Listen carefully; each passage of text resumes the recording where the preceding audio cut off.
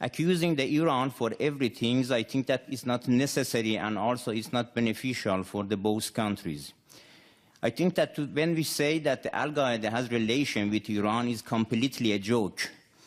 We do not forget, and everybody do not forget, that bin Laden is a Saudi citizen and has a strong political and economic relations with inside of the Saudi. I think that everybody does not forget that from the 19 people of the people that committed the 11th of September, 15 people of that 19 was the Saudi citizens. So it seems that, and also now in this room, I think that many people also knows that which country or which countries has supported the Daesh for many years. Just I would like to mention that the things that Minister mentioned here is completely against and opposite to the policy of the European Union leaders and even United States that does have relations with Iran regarding especially the recent cases of the nuclear negotiation. And also there's some kind of the relations that also Iran has with other regional countries shows that Iran also has some kind of the logical policy. Inviting Iran to present in the coalitions that for the things that for the solving the problem in Syria shows that Iran is a main partner for the solving the problem in the Syria. That's all. Now on the third issue, the Honorable Consul General from Iran, I didn't say anything that was not based in fact. Doesn't the Iranian constitution say export the revolution? Doesn't the constitution say take care of the Shia, the dispossessed, as you call them? Didn't Iran create Hezbollah? Didn't Iran attack more than a dozen embassies inside Iran in violation of all international laws? We didn't attack them. Iran did.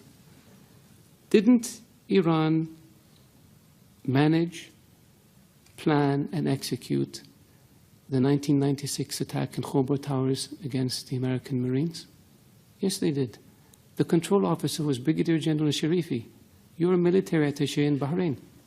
The bomb maker was Hezbollah. The explosives came from the Bekaa Valley. The top 3 leaders of the plot escaped and have been living in Iran ever since. Isn't that sheltering terrorists? One of them we captured last year in Lebanon with an Iranian passport, not a Saudi passport, even though he's a Saudi citizen. Isn't that aiding and abetting terrorists? We didn't make this up. When the explosions in Riyadh happened in 2003, Saif al-Adil was in Iran along with Saad bin Laden, the chief propaganda person for Al-Qaeda, and 4 or 5 other people, senior leaders. Iran harbored them and protected them. We asked for them to be extradited. It was refused. Some of them are still in Iran. We didn't invent this. This is the fact. The order to blow up 3 housing compounds in Riyadh in 2003 was made by Saif al-Adil, the chief of Al-Qaeda operations, while he was in Iran. We have the phone conversation on tape. We didn't make this up. Ronald Reagan used to say that facts are stubborn things. They are stubborn because we can't get around the fact. Hezbollah is a terrorist organization. Attacking embassies is very clear. They don't just blow themselves up. Somebody does it. Killing diplomats. Diplomats don't commit suicide by shooting themselves 3 times. Somebody's responsible. Iranian agents have been linked to terrorist attacks in Europe, to terrorist attacks in South America. We didn't make this up. This is the world. This is evidence. And so, yes, we wish and hope that Iran, a great nation, can be a great neighbor to us. But it takes 2 to tango. It takes willingness to give up this expansionist, aggressive policies and return to international norms and behaviors if you want people to deal with you. And our hand is extended to Iran and has been for 35 years. But what we get in return are diplomats killed, embassies blown up, terrorists. We have Iranian agents captured in Saudi Arabia for plotting terrorist attacks. We stopped 4 shipments of weapons that Iran was trying to smuggle to the Houthis in Yemen.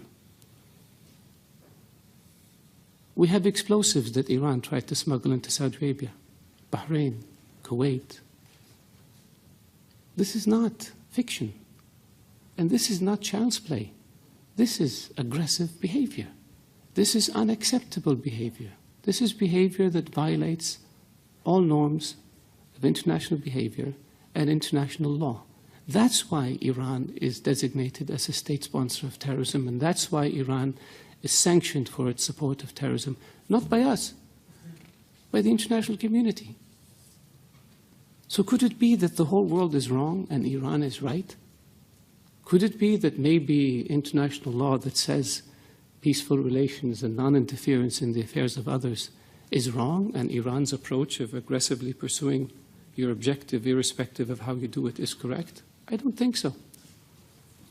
So if you want a Saudi official to not be critical of Iran, behave in a way that doesn't expose you to criticism. And so far, your history has been one of death and destruction, disregard for international law, and disregard for principles that have existed since the advent of nations, which is good neighborliness and non-interference in the affairs of others.